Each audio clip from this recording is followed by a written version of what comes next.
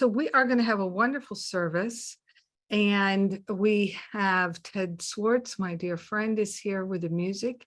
We've got the beautiful Kelly George being our pilot and being our anchor in our time here.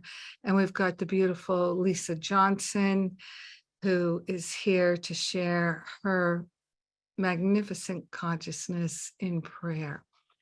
And Lisa, will you start us off with a prayer, please? Yes, thank you very much. And welcome, everybody. I invite you to place your hand on your heart as we partner up with the higher Holy Spirit self. We are thankful to come together for the Sunday Spirit. We offer all blocks we might have to receiving wisdom in today's service. We bless Jennifer Hadley, the minister and director of the Power of Young Ministry. Reverend Jennifer is our host and speaker today, and we bless Jennifer for all that she does. We bless our wonderful musician, Tedd Swartz, knowing that his music inspires and blesses us all. We're so thankful for his service today. We're grateful for everyone who joins us today or listens later, knowing that we're one with them. In gratitude, we know it's done. We share the benefits with all beings. We let it be. And so it is. Amen. Amen. Amen. Beautiful, beautiful. We're lifting up. So grateful. All right. So without much further ado, I am going to introduce my yoga partner and dear friend, Tedd Swartz. I'm so glad you're here today, Tedd, to share your inspiring music. And Tedd is really a gift in this ministry. Let's see what's happening here. Okay, there we are. My computer is playing a trick on me. And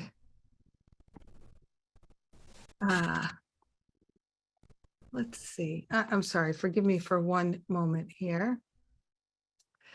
Tedd is part of our Masterful Living community. He's just stepped into leadership with our men's ministry and with our bereavement support group.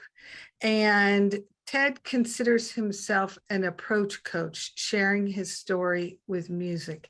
He is also stepping into spiritual counseling.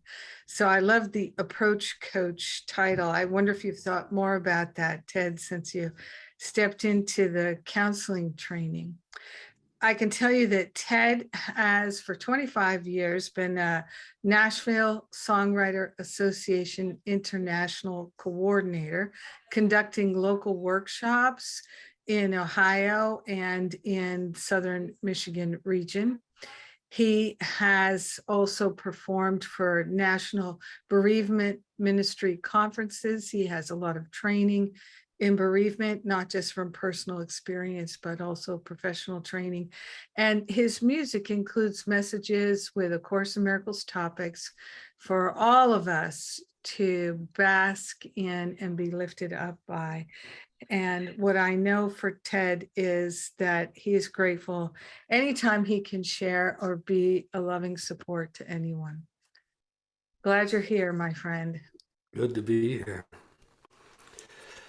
So I am praying, grateful and thankful for the technology, and I'm trusting that it is going to perform perfectly today. So you can let me know on this first song. But the Course in Miracles, everyone that knows of the Course in Miracles, of course, knows that forgiveness is the foundation, and looking forward to this afternoon, by the way, the Forgiveness Family Workshop. I've circled some songs around family and forgiveness today. Okay.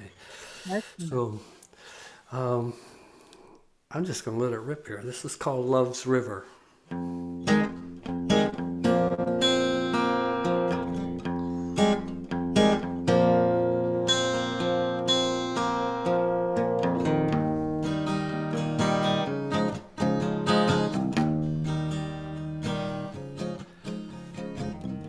riverbank I watch waters roll by that can wash away guilt of mine. On shore the burden seems so much more. Love is all a river's asking for. No matter how hard I try, no matter how great my stride, drowning in a sea of grief as love's river sings to me. Let love's river carry you, wash your guilt away. Let love's river carry you, forgiveness is the way.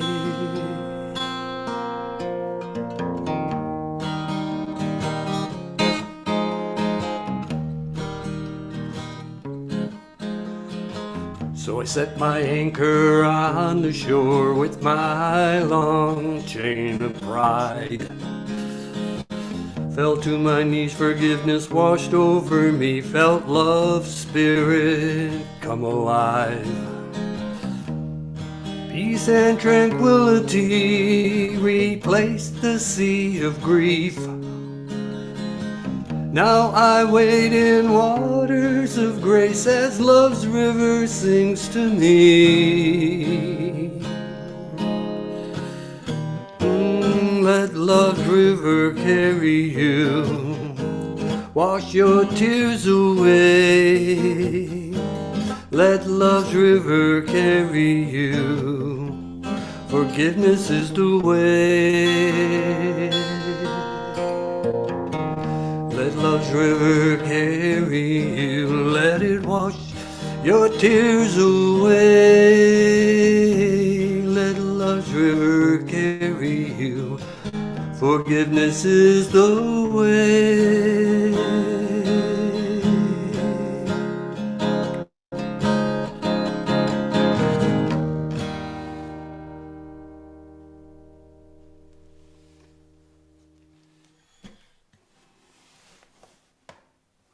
Thank you.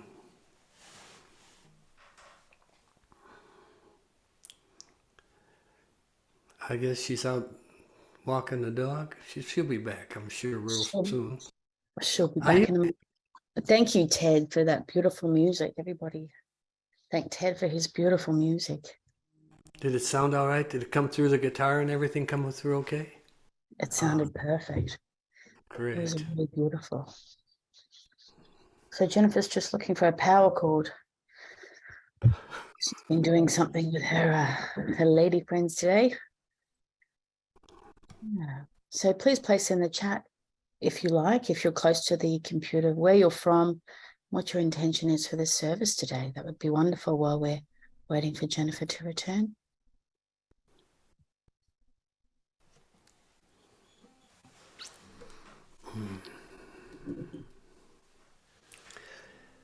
Here she is. You obviously aren't. Where are you exactly again? Me? Yeah. Or No, Kelly? there you are. No, because I seen all the green trees behind her. I thought she's got to be someplace where it's summer. Spring. It's spring. It is. Right? Spring for another month? No? Kelly? I'm in Kuranda near Cairns. It's a tropical rainforest, the oldest rainforest in the world. And I'm in Australia, and it's 9 days off summer. I think today's 21st. So we start our seasons on the first day of the month every 3 months, so 1st of December. Oh, I did not know that. We live and we learn. Well, thank you. Thank you. Yeah. Yeah. Frankie's there, excited. Well, I so appreciate your music, Ted. I just love what you bring in your music. I appreciate it so much. Even though I stepped away, I was listening.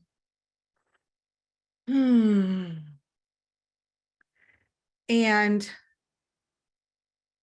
So today,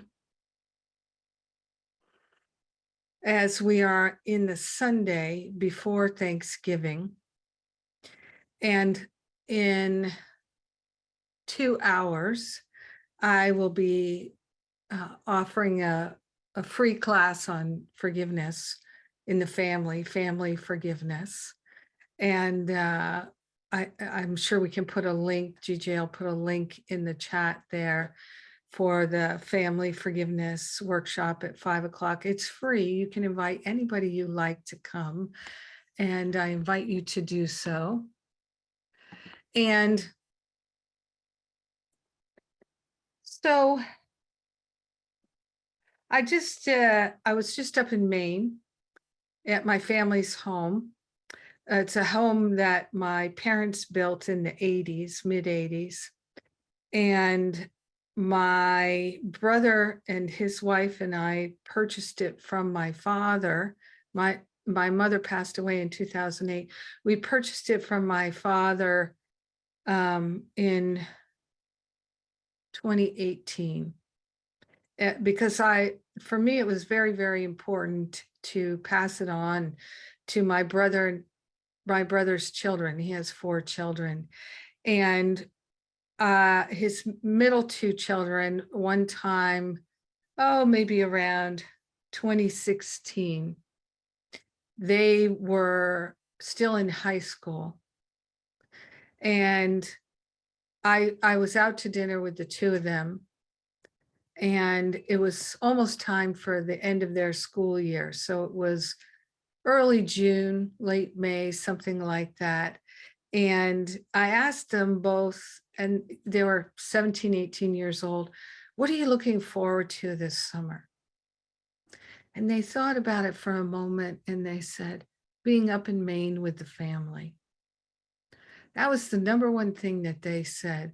That to me was a very powerful thing to know, that the number one thing they were looking forward to with the prospect of enjoyment and pleasure and happiness and fun was being isolated on an island with their family.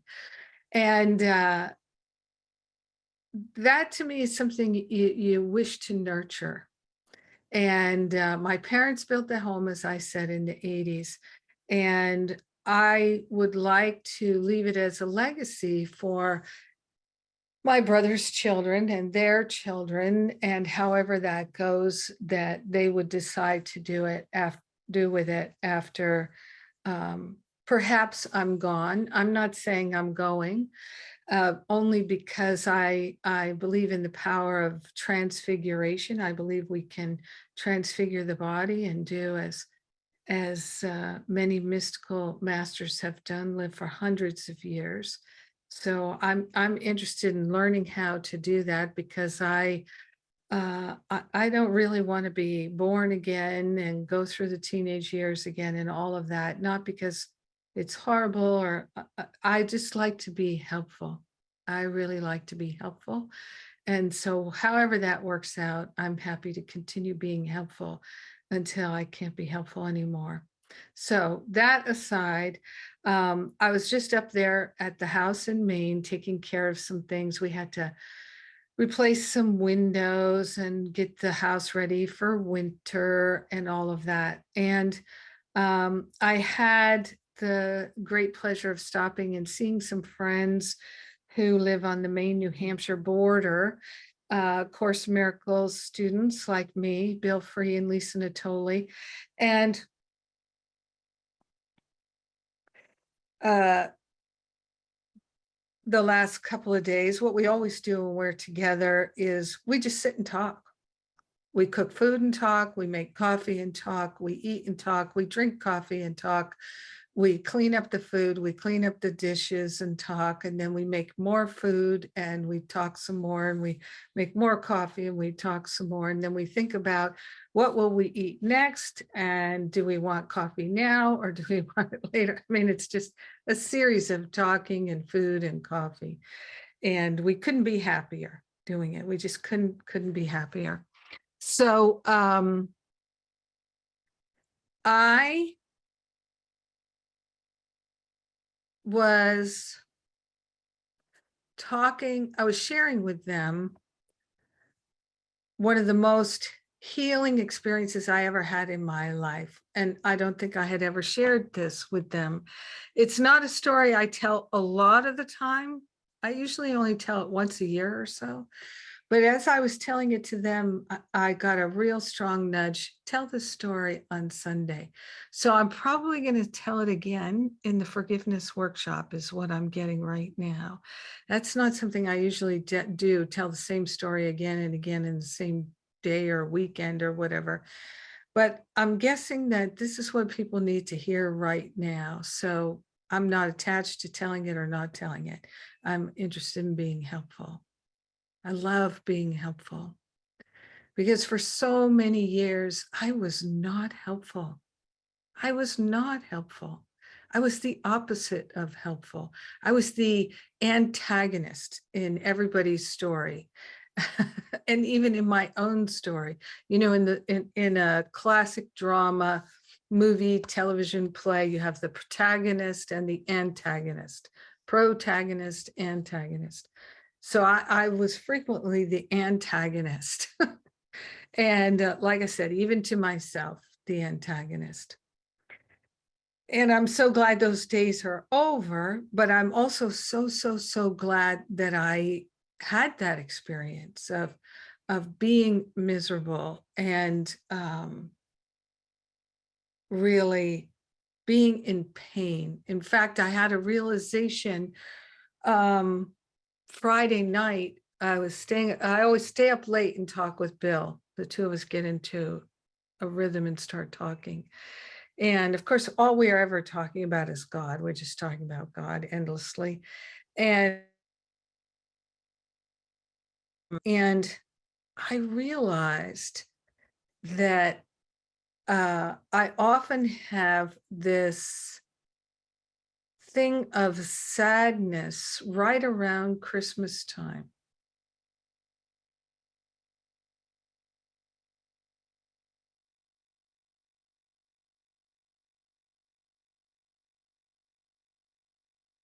Kind of a sadness, a sense of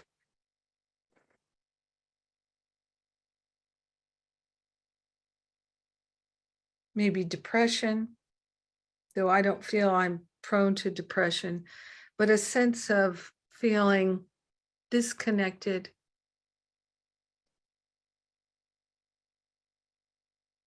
And I realized in talking about it with Bill, it just popped into my awareness.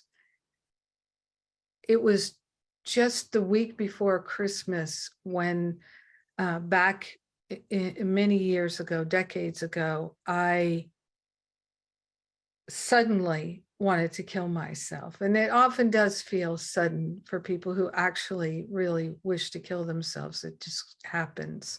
All of a sudden you realize there's no point. I can't be successful here. I can't be happy here. I don't know what I'm doing here. Everything I thought I knew that would work to make me happy and healthy and successful, none of it works. I'm just a failure on every front and there's no hope. I might as well kill myself. So I had that feeling, and it wasn't as I might as well kill myself. It was, I don't want to do this anymore. I don't want to be here anymore. This is too painful. I don't like it. I want it to end. But I didn't kill myself because of my family and the love of my family.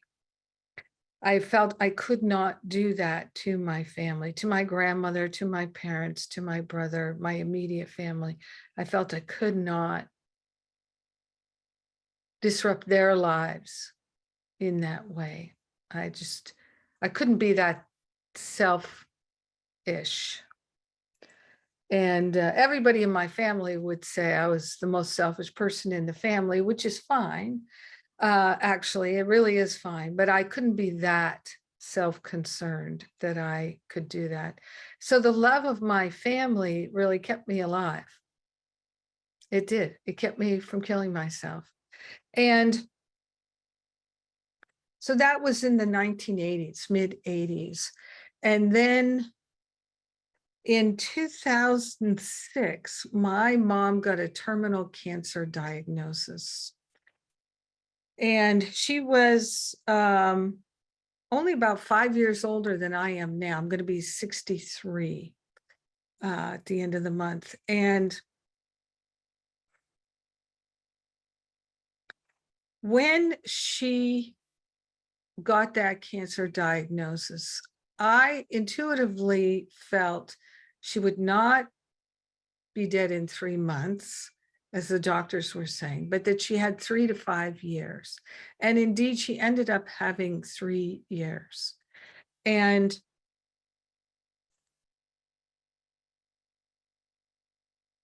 well, I guess she got the diagnosis in 2005. So I take it back, 2005. So in 2006, that's when I was getting ready to graduate from ministerial school. And at the beginning of 2006, I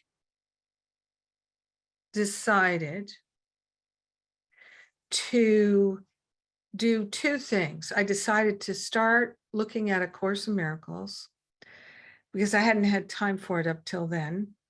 And I decided to go all in for love. I didn't know really what that meant, but I just wanted to put love as the #1 priority in my life, being loving. And I was coming from a place of really being unloving a lot of the time. Even though I was getting ready to graduate as a minister, even though I'd been studying spirituality for decades at that point, and even though I was much more loving than I'd ever been in my whole life, I still had so many attack thoughts that I recognized that I couldn't have an inhalation and an exhalation without some kind of judgment, some kind of attack thought, some kind of complaint, some kind of opinion. And I made up my mind New Year's between 2005 and 6, I am going to focus my entire year, 2006, on being loving. And as I said to Lisa and Bill, it kicked my ass so hard, because initially, every few minutes, I'd be like, oh my God, I cannot be loving for 5 minutes, not for 3 minutes, not for 2 minutes. Oh my God, this is so challenging. And in the beginning, I felt like I was just a constant failure. And then I realized thinking that isn't very loving. So I have to stop thinking that. Now, in this experience, I can tell you that when my mom got that terminal cancer diagnosis, I had made up my mind that my mom was not going to shuffle off the mortal coil until we had had a healing in our relationship. And we had a lot of difficulty in our relationship. Anybody have difficulty with one of their parents? Anybody? Yeah, I see a lot of people raising their hand. So I really, I blamed my mother for a lot of things. I had a lot of resentments toward her. And I found her frustrating and annoying. And I didn't really understand her. There was a lot of animosity and difficulty. And there were things that hadn't happened that bothered me, and things that had happened that bothered me. And my mother was a good and loving person. She is a good and loving person. And it took me a long time. I don't think I realized it while she was even still alive. But a lot of that resentment that I felt toward her was actually my guilt at not being more loving to her, with her. And I resented her for that guilt, which wasn't her fault, right? Had nothing to do with that. And that's a very common ego thing for people, that if you can think of anybody that you have, especially a close family member, that you have a lot of resentment towards. Maybe you've treated them badly, as I had done with my mother. I'd said mean things to her, terrible things to her. I had been unkind to her, and I felt guilty for those things. And I took my guilt out on her in the form of anger and resentment. But I didn't know that was what I was doing. I didn't know that's what I was doing. And even when I went to spiritual counselors and things like that, nobody told me that's what I was doing. I didn't realize that was what I was doing until I cleared away a bunch of stuff.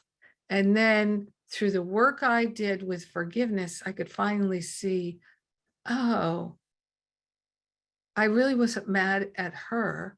I was mad at me. I felt guilty and I was dumping it on her, projecting it onto her.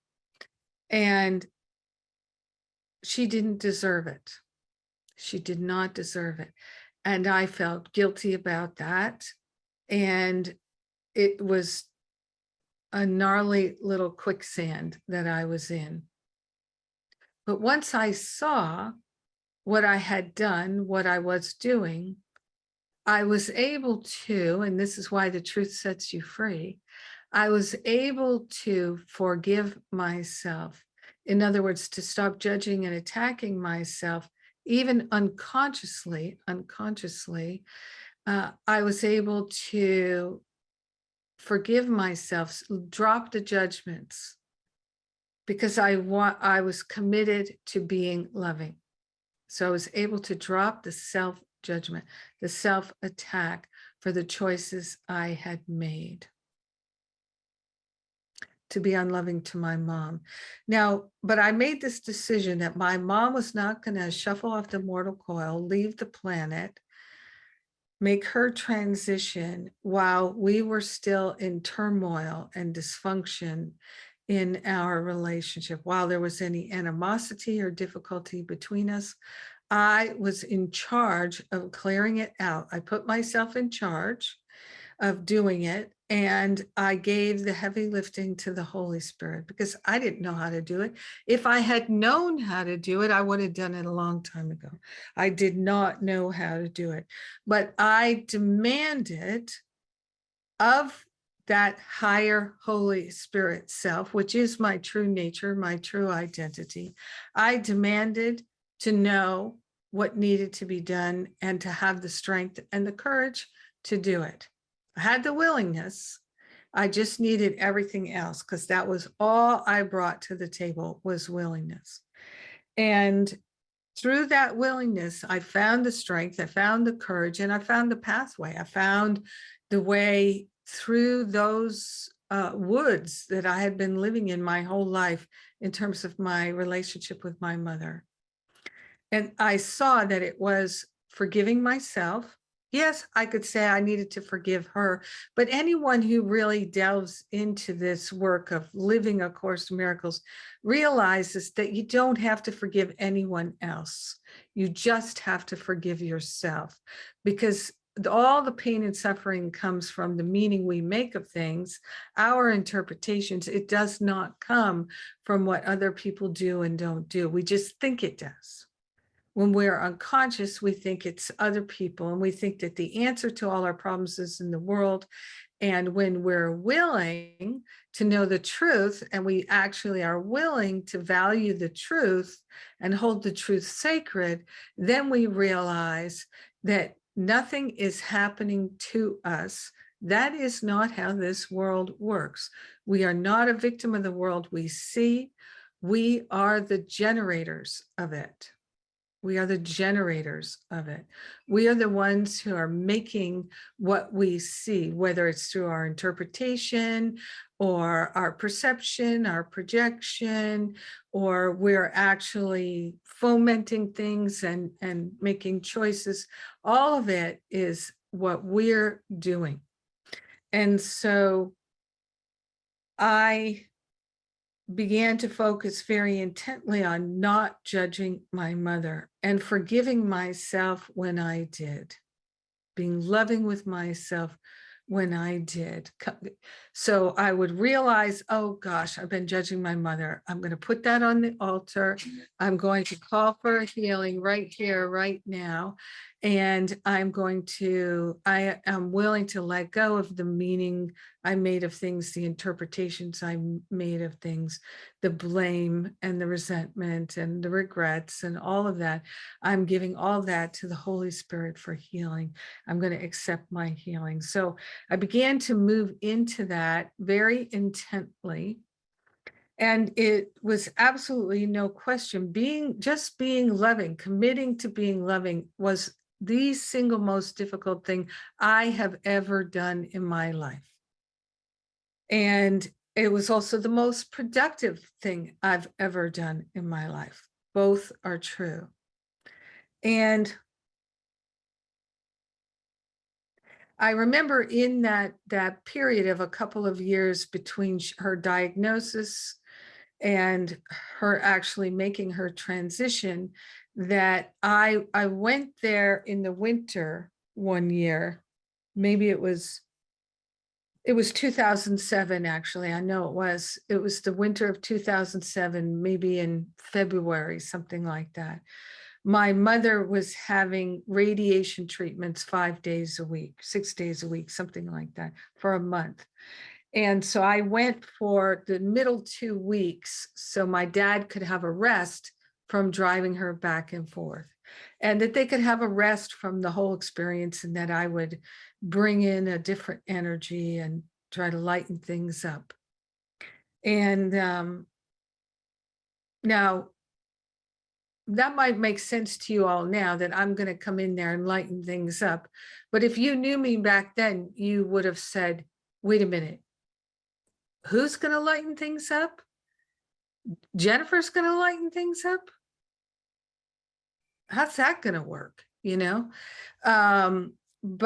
I am a storyteller. I like to tell jokes, and I like comedy and things like that. But I was not a lighthearted person. I wasn't going to lighten things up because I was lighthearted. But bringing in a different energy. And I made this decision during this time of winter and darkness and driving my mother 3 hours round trip.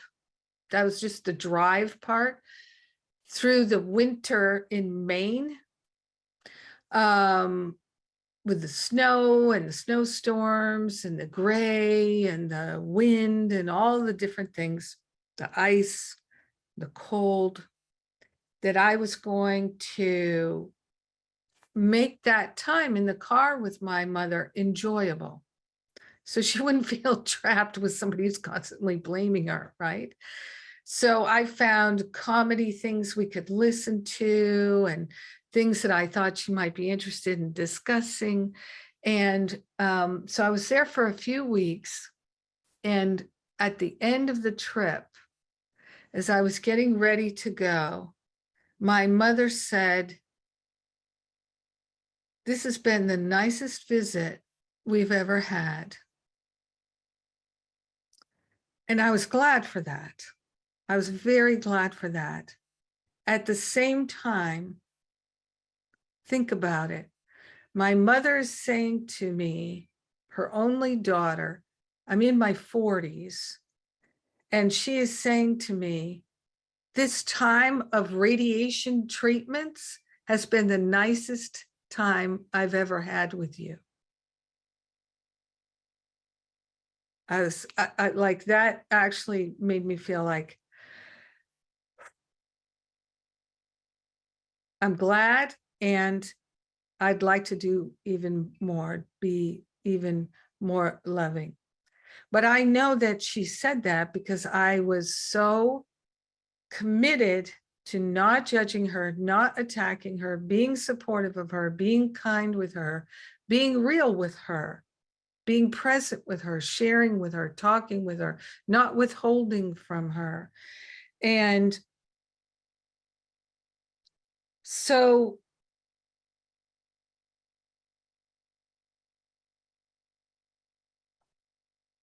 later that year, in November 2007, I was really into A Course in Miracles then. I just fell in love with A Course in Miracles. And it was, just as an aside, it was interesting. Bill Free and I realized, we've had this conversation before, but we realized just the other day over the table of coffee, we actually started reading Disappearance of the Universe on the same day, on the very same day. And we both had the same response to it, life-changing response to it. And we both kind of went nuts about it. And I remember that it was about December 22nd, 23rd, waking up at my brother's house in New Jersey at 5 o'clock in the morning to do my spiritual practice. I was starting to read Disappearance. I was just opening it for the first time. I had listened to some of the audio, but the audio was not for me. And I had a big cup of tea, and I was in my bathrobe in the den at my brother's house. And I was reading this book, reading the first 30 pages or so. And my mind was blown, because so many of the things that were just in that beginning of Disappearance of the Universe were thoughts I had had for as long as I could remember, but I had never said them to anyone. I had never talked about it with anyone, because I thought people would think I was crazy. People would talk about evolution, versus creationism, evolution. And I would think, don't do it, Jennifer. Don't do it. Don't tell them you don't believe in evolution. Don't tell them, because they're going to think that you've lost your mind, and that somehow now you're some far right Christian thing. And I wasn't a Christian, never have been a Christian. And I remember on that dark December morning, just after the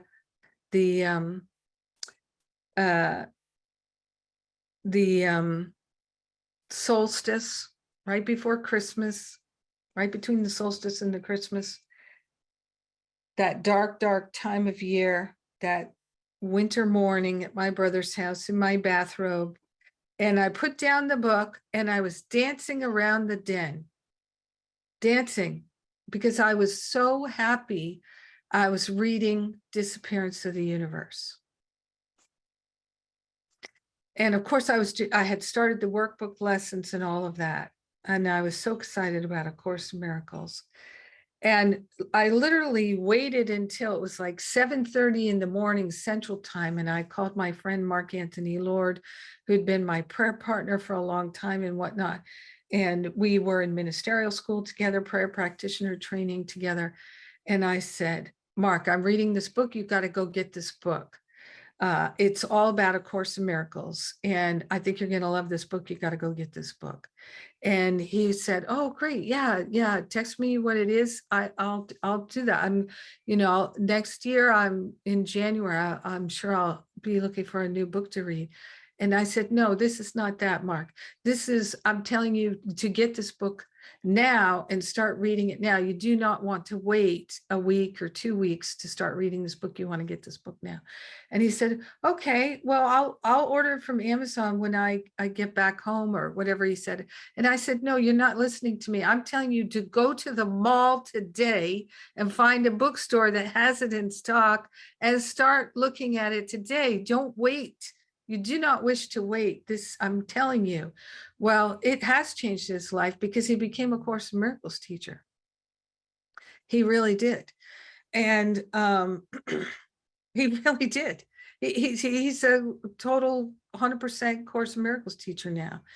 And I called a bunch of people like that, and I told them, you know, got to go get this book.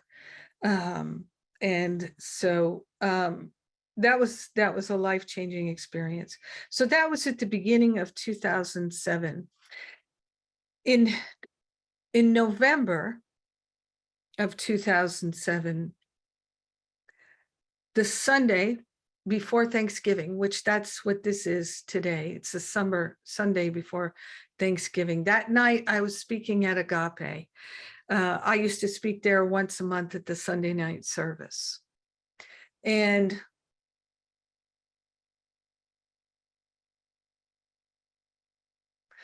after the service, I was going to take a red eye to Maine to be with my family for Thanksgiving. And I thought it's probably going to be my last Thanksgiving with my mom. Probably is. It was looking that way. And at the beginning of the service, I told the people who were there, and the Sunday night service is, at least it was then, a lot of the people who would come to the Sunday night service were people who had spent too much time alone over the weekend, as people who don't do well when they're left to themselves, people who were afraid of what was going to happen at work on Monday morning, people who didn't have a job to go to on Monday morning and were worried and afraid because of that, people who'd spent too much time with their family over the weekend, that kind of thing, people who had had too much to drink over the weekend.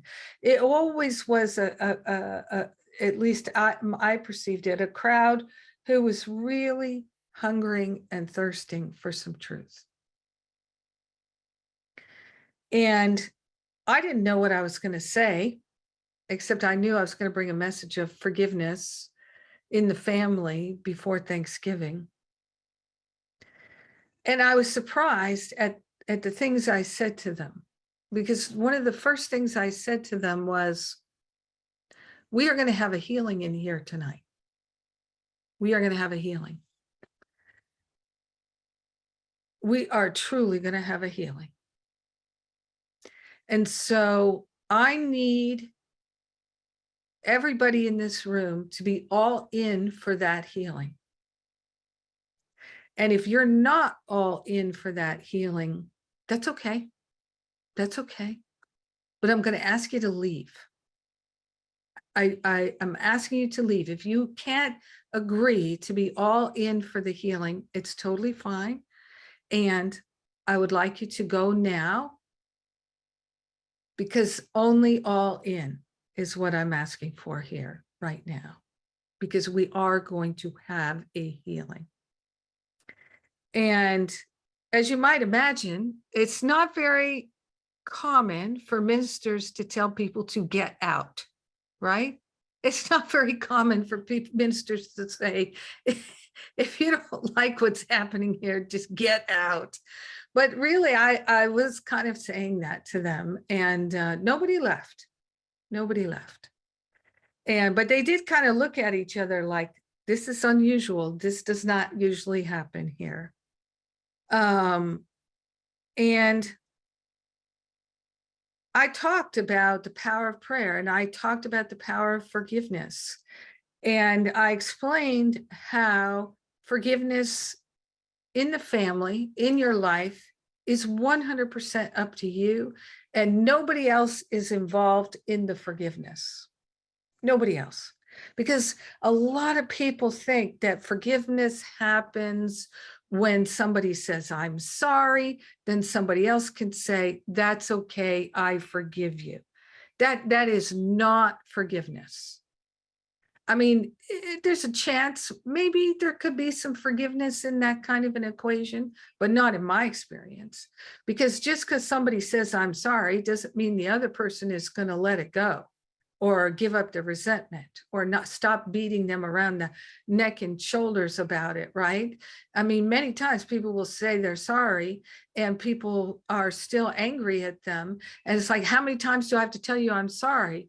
Well, you know, when you mean it, and it just that none of that is forgiveness. That's just an ego dance to actually not have a healing and to stay attached and stuck in the blame and the shame, the regret and the resentment, and to get as far away from love as you possibly can. So I knew so much about that. I knew so much about that. So I was sharing that one of the most wonderful things that is a part of our human experience is that we, each one of us, we can be that fulcrum point of healing in our family. We can be that turning point of healing in our family. We can be the place where love gets ignited and spreads like wildfire throughout our family. Every single one of us can be the light of the world, starting right where we are, no matter whether or not we've been raped or tortured or beaten or deprived or imprisoned or any other thing. We can all be the light of the world, starting right where we are. And all that's required is for us to be willing. That's the only requirement. That the infinite field of God that we are a part of will do everything, everything, everything, everything, if we bring the willingness. And that to me is just the most extraordinary thing. And most of the time in my life up to that point, I didn't bring the willingness. I was not willing.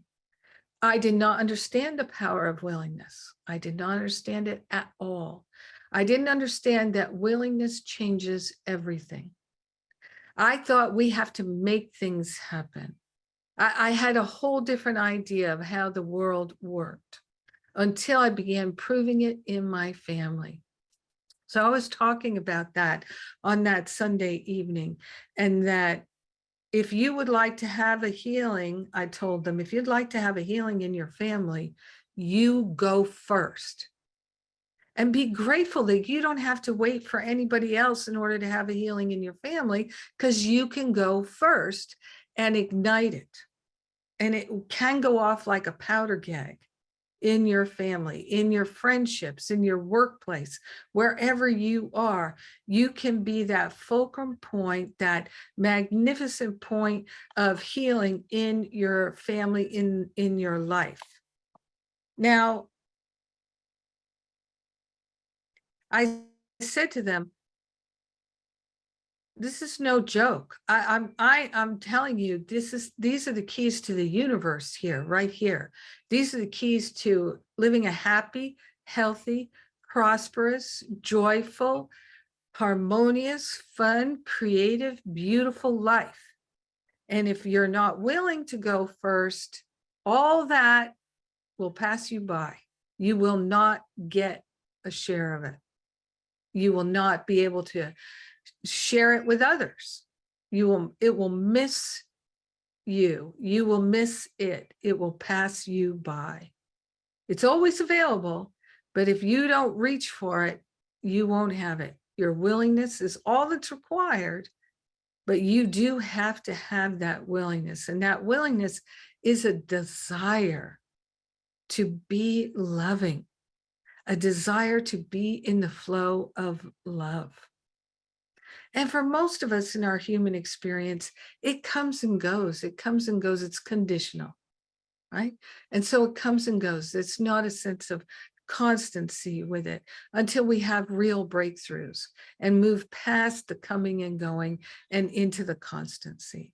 So as I was wrapping up, I was sharing with them that I have my daily prayer line, which I had started earlier that year in 2007. So now it's been 16 years of recording new prayer every day, pretty much. And I was sharing with them about that. And I said, if you ever feel like you don't know what to pray about, I'm going to ask you to pray for me and my mom, because my mom is getting ready to leave this world. And I'm pretty sure this is going to be my last Thanksgiving with her. And I'm not going to let her go until we have total healing in our relationship. And I'm taking total responsibility for that. And so I would ask for your prayers. If you ever don't know what to pray about, pray for me and my mom that we have a healing. And after the service, I went to the airport and I got on a red eye to go to Maine to be with my family for Thanksgiving. That Sunday before Thanksgiving. And as I was sitting on the plane, if you've ever been on a red eye, as soon as possible, the whole cabin crew, before you even take off, they want everybody sleeping as quick as possible. Turn the lights off, get everybody settled and satisfied and sleeping before you even take off. So we were sitting there in the dark on the runway waiting for takeoff, and we were a little bit delayed, and people were sleeping all around me. I'm looking around, they're all sleeping. And all of a sudden I felt this turning in my heart, in the center of my chest, my heart chakra. And it was getting stronger and stronger. And it started to feel like there was a propeller clearing out my heart chakra. And it just got stronger and bigger and wider. And it started to press me back against the chair to the point where it was so intense. I'm looking around like, is anybody having this experience? Am I the only one that's having this experience? What is happening now? It was so intense. I mean, I just felt like I was being pressed against that chair and this intense energy in my heart. And so I asked Spirit, my higher self, what is happening? And I got the clear message, they're praying for you. They're praying for you. Now, I got off that plane and I had no residual resentment, annoyance, anger, guilt, shame, blame, anything like that related to my mother. I was just a pure love energy for my mom. So that was Monday morning. I got off that plane, went to my parents' house that Monday, and on Wednesday, the day before Thanksgiving, my parents took me and my brother into the den and shut the door. And they said, you need to know that your mom is now in hospice care. So if you don't know, when you're in hospice care, it just means your medical team is no longer trying to help you heal. They're just looking to help you be comfortable until you make your transition. So they focus on just making you comfortable with painkillers and things like that. So they're not trying to help you heal anymore. It's just about comfort. And so that was not unexpected, but it still was a shock. And I said, well, I have an announcement too, which is didn't say anything ahead of time, but I'm planning to stay through Christmas, which I had no plan to stay through Christmas. In fact, I had prided myself that this was the lightest I had ever packed for anything in my life. I brought 3 days' clothes for a 5-day trip because I was going to be hosting Gary Renard speaking at Agape on Sunday. I was going to fly back on Saturday. So I brought the least amount of stuff that I'd ever brought anywhere in my life. And I literally had 3 days of clothes for the next few months. So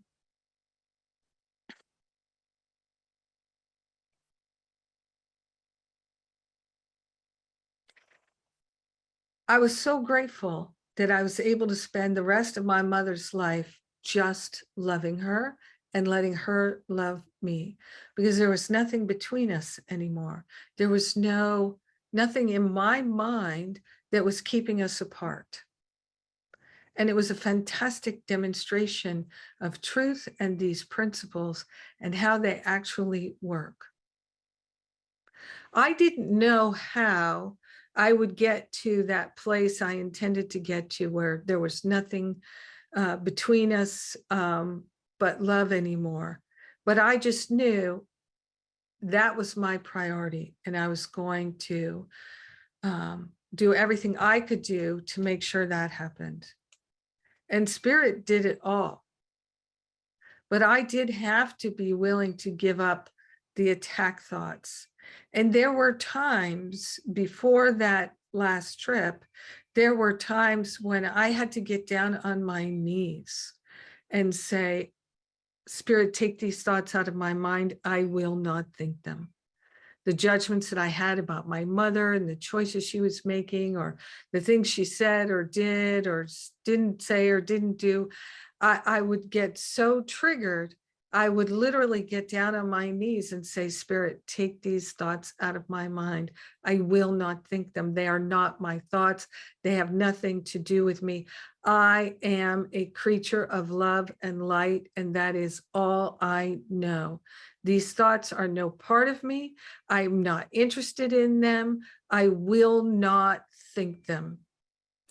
And that was my practice, to reject those thoughts and reject any interest in them. And there were many days I failed. You know, I'd go into those thoughts for 10, 20, 30 minutes or a couple of hours, and then I'd realize I'm so upset, I'm so miserable. I didn't realize I fell in the hole, and now, Spirit, take these thoughts out of my mind. I will not think them. They have nothing to do with me.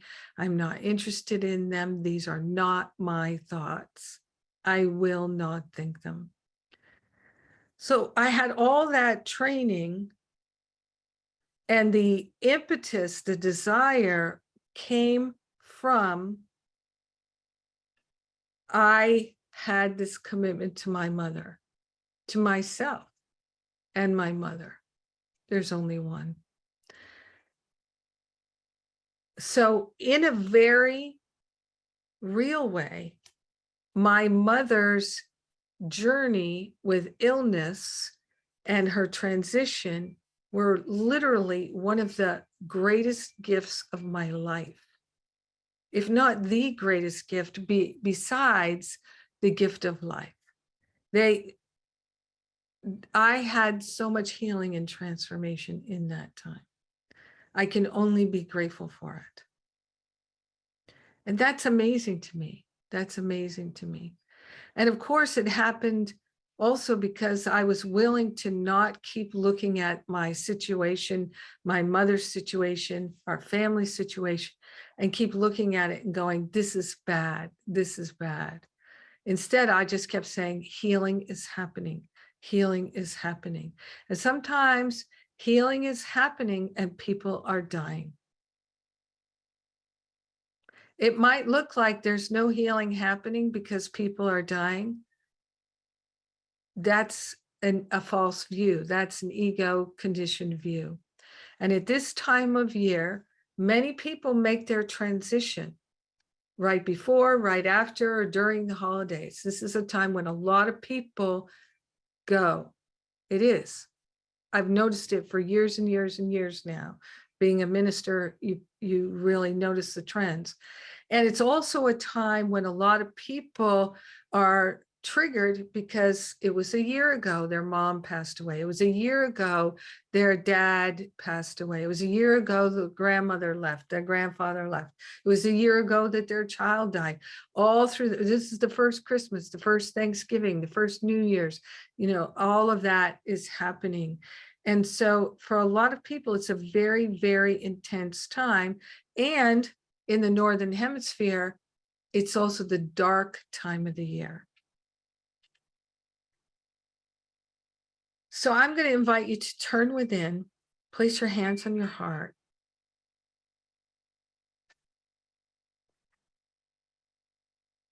And I'm going to invite you to just consider, what is the regret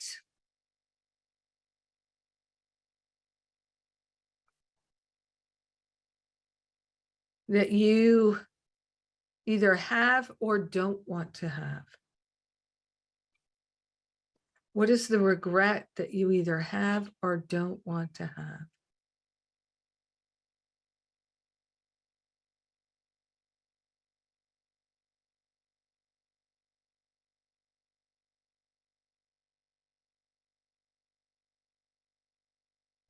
And I'm going to ask you to think about, is there someone that you resent so much, it's actually poisoning your life in some way? Is there a resentment that you've got that's actually poisoning your life in some way?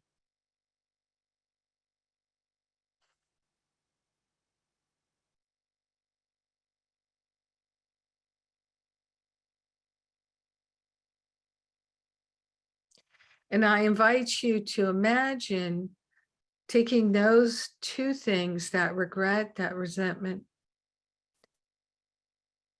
which for most of us, we feel like we carry it in our heart. I'm going to invite you to energetically visualize yourself pulling it out of your heart, each of these things. And then taking them in your hands and making like a ball out of them. Like they were some kind of dough that you could form into a ball.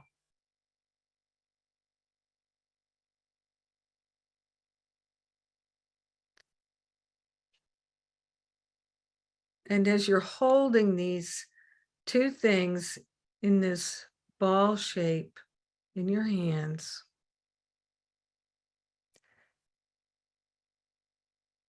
I invite you to recognize that in the letting of these go, in the release of the meaning you made of them, in the release of the attachment you might have to how you hold them in your mind, is the way to water the seeds of your greatness. To release the resentment and the regret is how you can best water the seeds of your greatness. So taking this ball, I invite you to now see it as a ball that is becoming a bright white light right in your hands.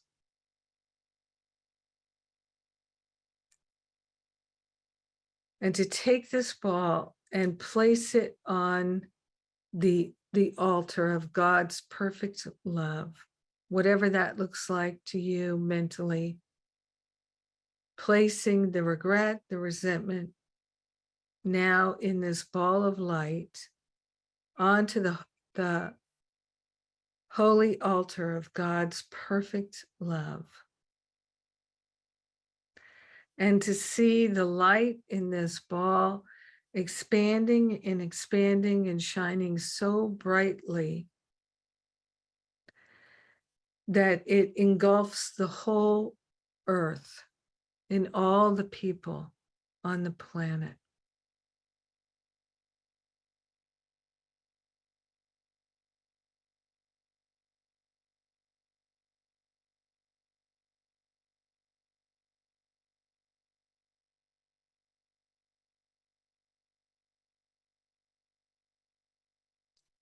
And as we're sitting with this visual, with this feeling, I'm going to ask Ted if he'll give us another song here.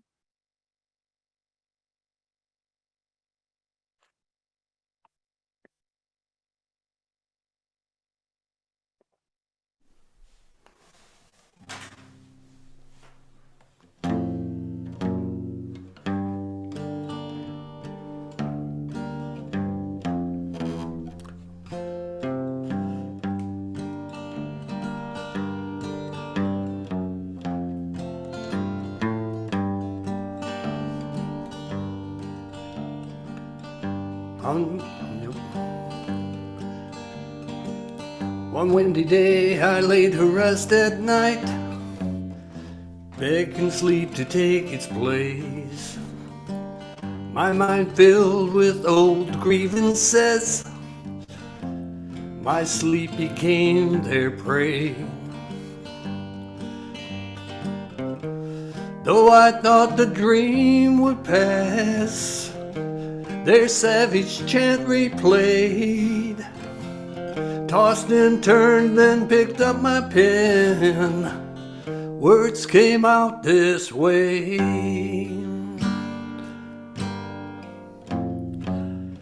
Unforgiveness brews a hurricane. Strong winds can uproot one's will. Strength possessed in the light is weakened by a chill. Cry out to your higher self, please show me the way. Or risk your life to the wind, like a leaf in a hurricane.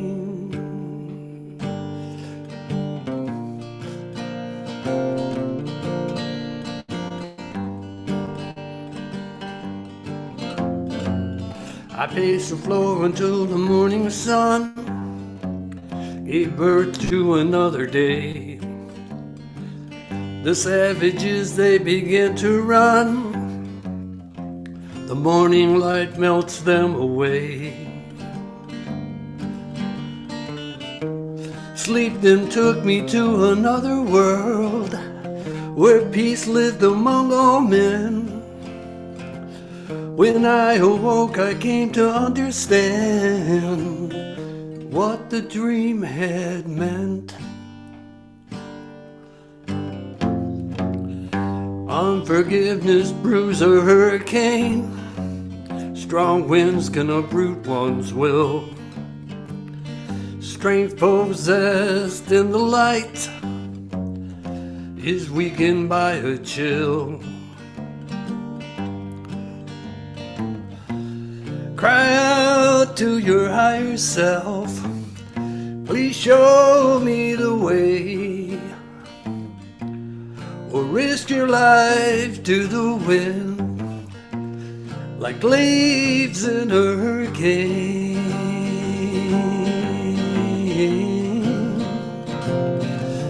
Leaves in a hurricane.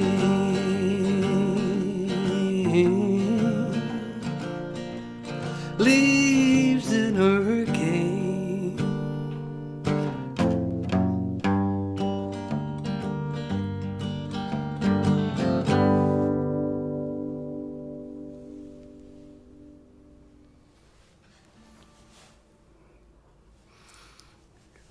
Thank you. Beautiful, beautiful. Yes. Unforgiveness is a hurricane. Thank you, Ted. I'm so glad you're here today. So glad. All right, we are going to do that thing we do here at Power of Love Ministry on Sundays with Spirit, and we are going to do a shorter breakout to give everybody a chance to share.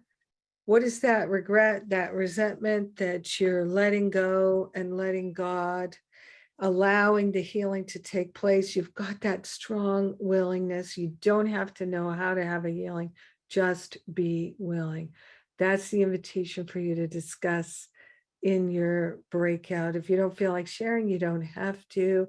Just please make sure everybody gets a chance to share who would like to in your breakout group. So Kelly's opening the rooms. Here we go. We'll be back before you know it.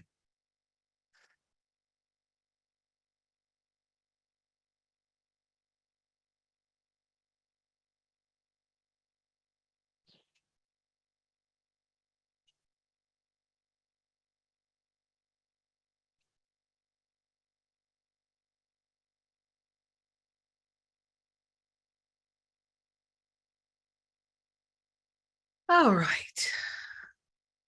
Well, Elena, I'm so glad you're here today. And I'd love to start off our sharing with you, if you don't mind. For those who don't know, Elena's in our spiritual counseling certification program. She's been a part of our community for many years now. She is doing beautiful work counseling people and supporting them, particularly parents. And she's had a lot of healing in her life.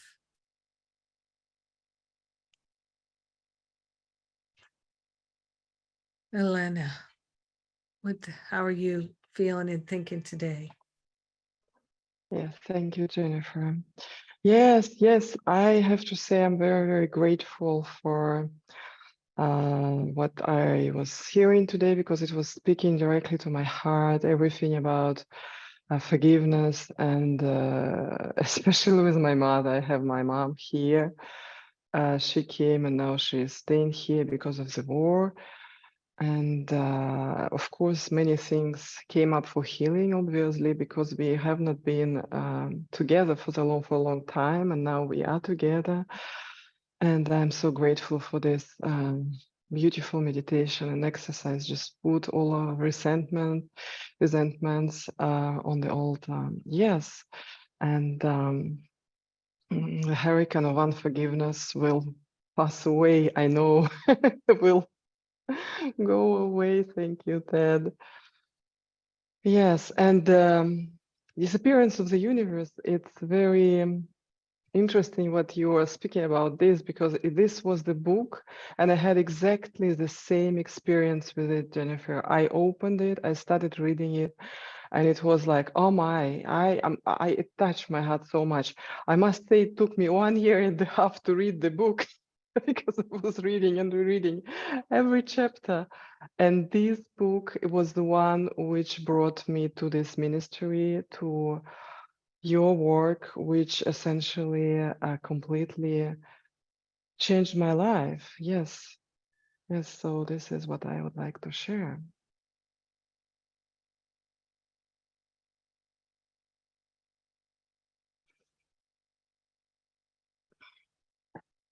All right. How about you, Lisa? You have anything you'd like to share?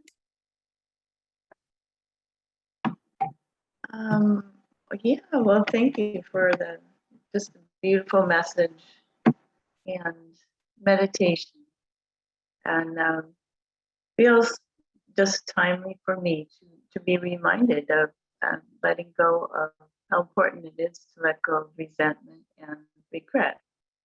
And I would say of all the unhappy emotions or things, those are two of the ones that trip me up a lot. I'm still clearing out, and I'm very aware of that. But such a beautiful meditation, and I think I found the disappearance of the universe a little bit, a couple of years later. And I didn't have people to say, go and read this book, or I didn't think I did, even though I have been a big part of a unity ministry, volunteer. I didn't know people studying the course. So I'm very grateful that eventually I found, your classes and ministry. And when I got sick, it was in 2007. So it's interesting the timing in your story. I know exactly what I was doing that year and how all the stuff I was going through. So just thank you so much for all of your dedication and sharing from your heart, which just touches just so many people, including me. So thank you. You are welcome. Thank you. Thank you. Thank you. What about you, Ted? Would you like to share something? Yeah, I too have to say that disappearance of the universe, if nothing else, I mean, I was familiar with the course through hospice and for a few years before. And it wasn't until disappearance of the universe, you know, which I came right off of Eckhart Tolle and then into that, opened my mind up because of his ability to set with ascended masters and write. And again, the way he processed through writing the book, and how he ended up getting it published and how he worked with the publishers. I mean, the way that the whole thing unfolded, because of the music, it kind of just was a new hope for me to just know that you don't have to stare, you don't have to do nothing.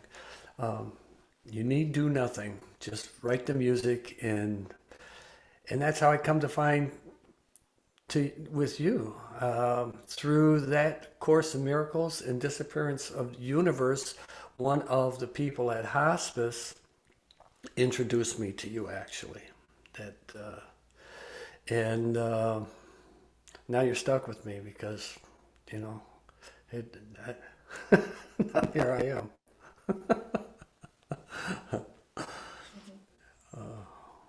It's great. Thank you. I'm so glad. I'm so glad. Yes. Thank you, Ted. How about you, Kelly? Yeah, thank you, Ted. Thank you.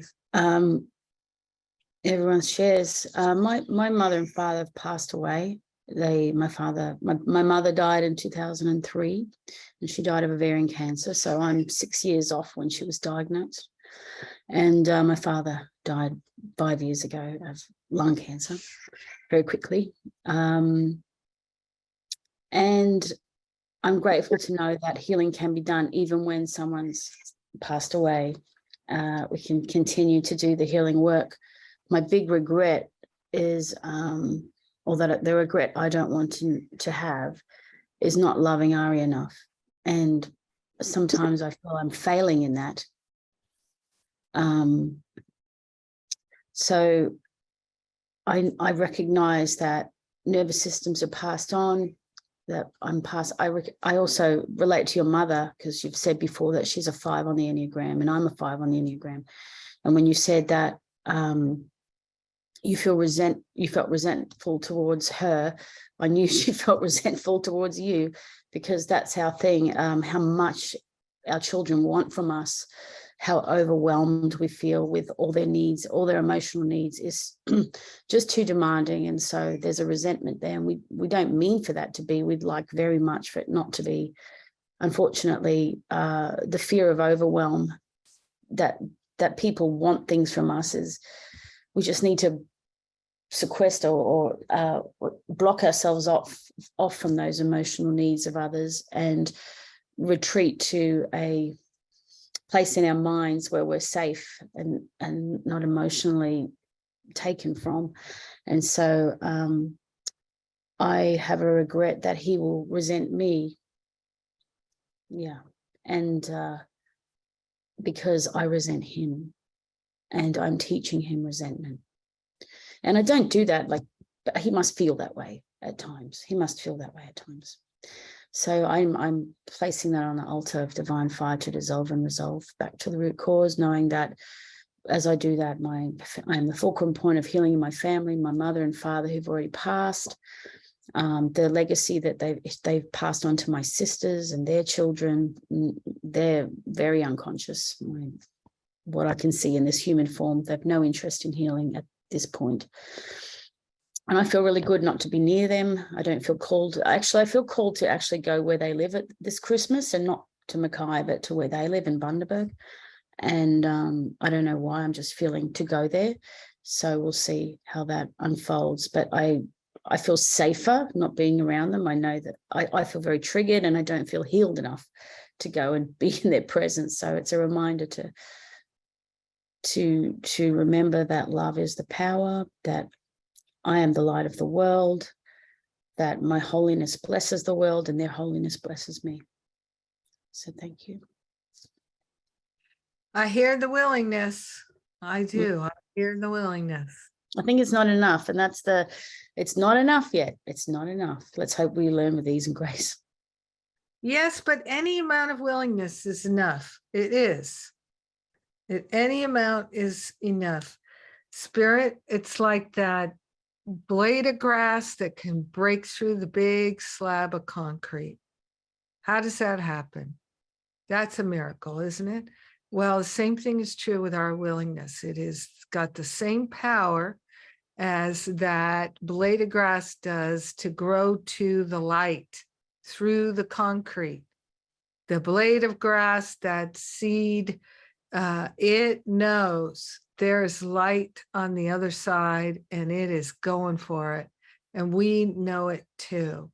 So our willingness is all that's required, because truly Spirit will take care of the rest. Just keep our eyes, our heart, our mind, our attention, our words, all on the willingness.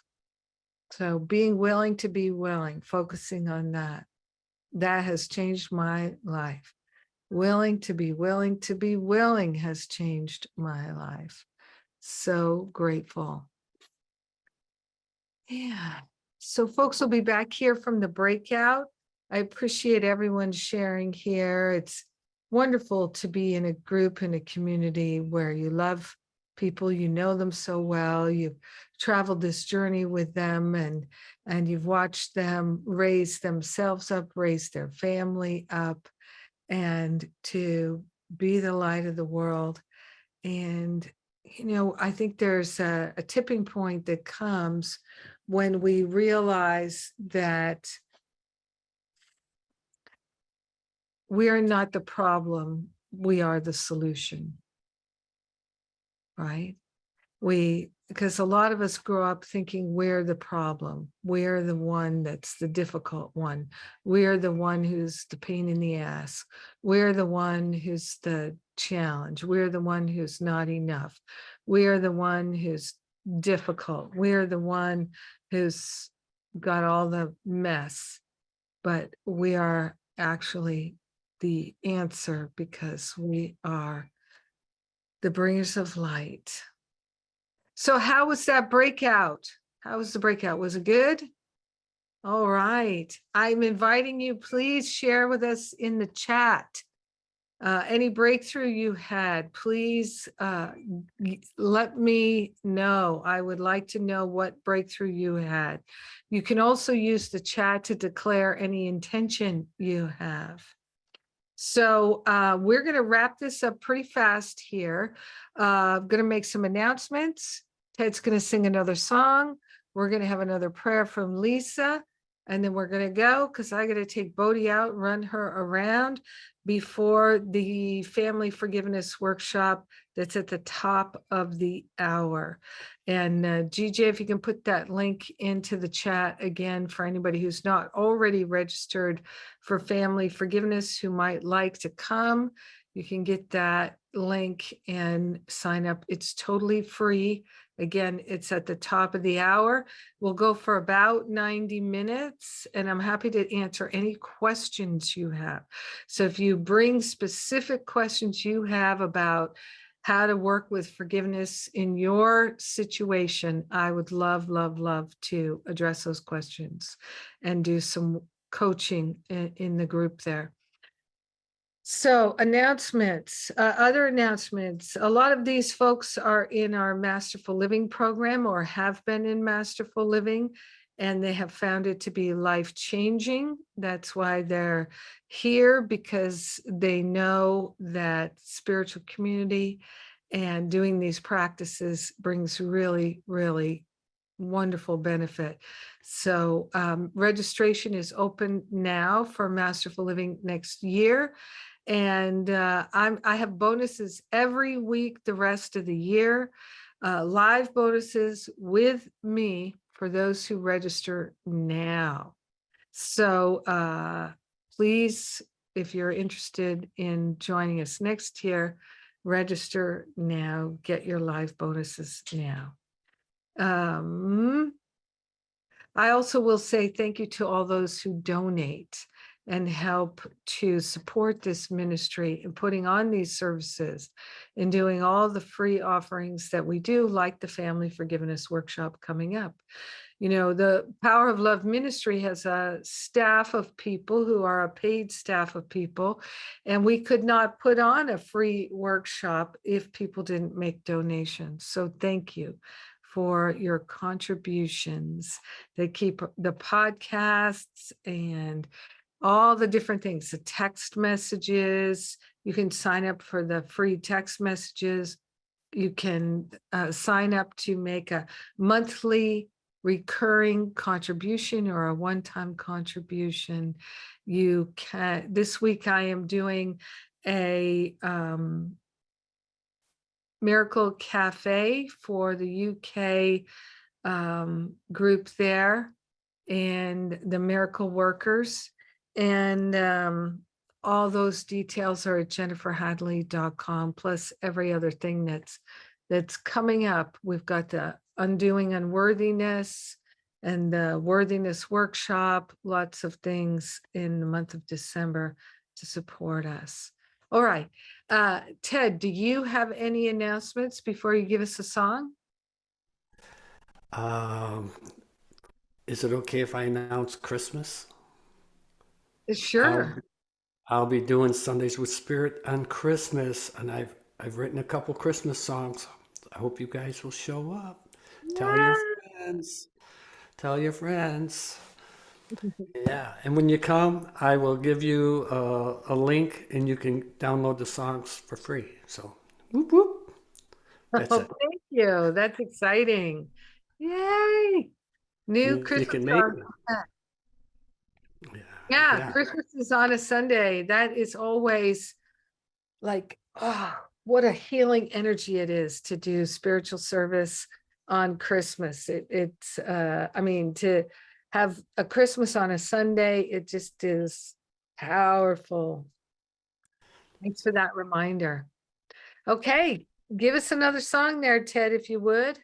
All right, this is actually a song from I wrote for my family reunion that I had with my family, and because of Thanksgiving and being such a family thing, and we're talking about family forgiveness, I just figured, okay, I'm going to share this today. So.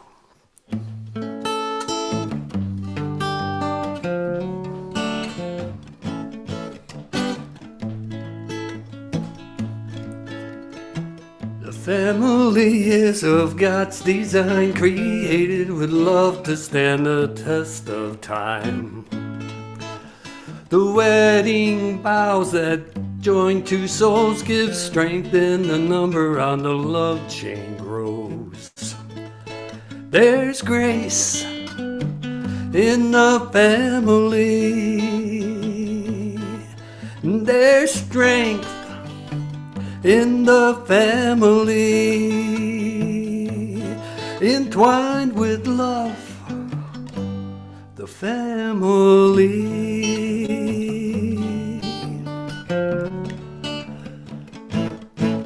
Oh, the chill of life can be so cold if you're standing alone when life's winds blow. The family's here to take you and take strength, be nourished by the love within. For there's grace in the family. in their strength, in the family, entwined with love, the family. And God bless our families.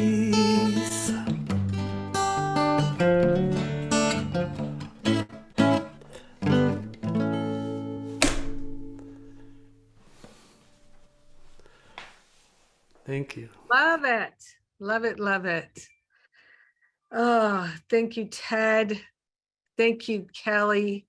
Thank you, GJ. Thank you, everyone who's been here. And thank you, Lisa. Will you give us a prayer to close us out?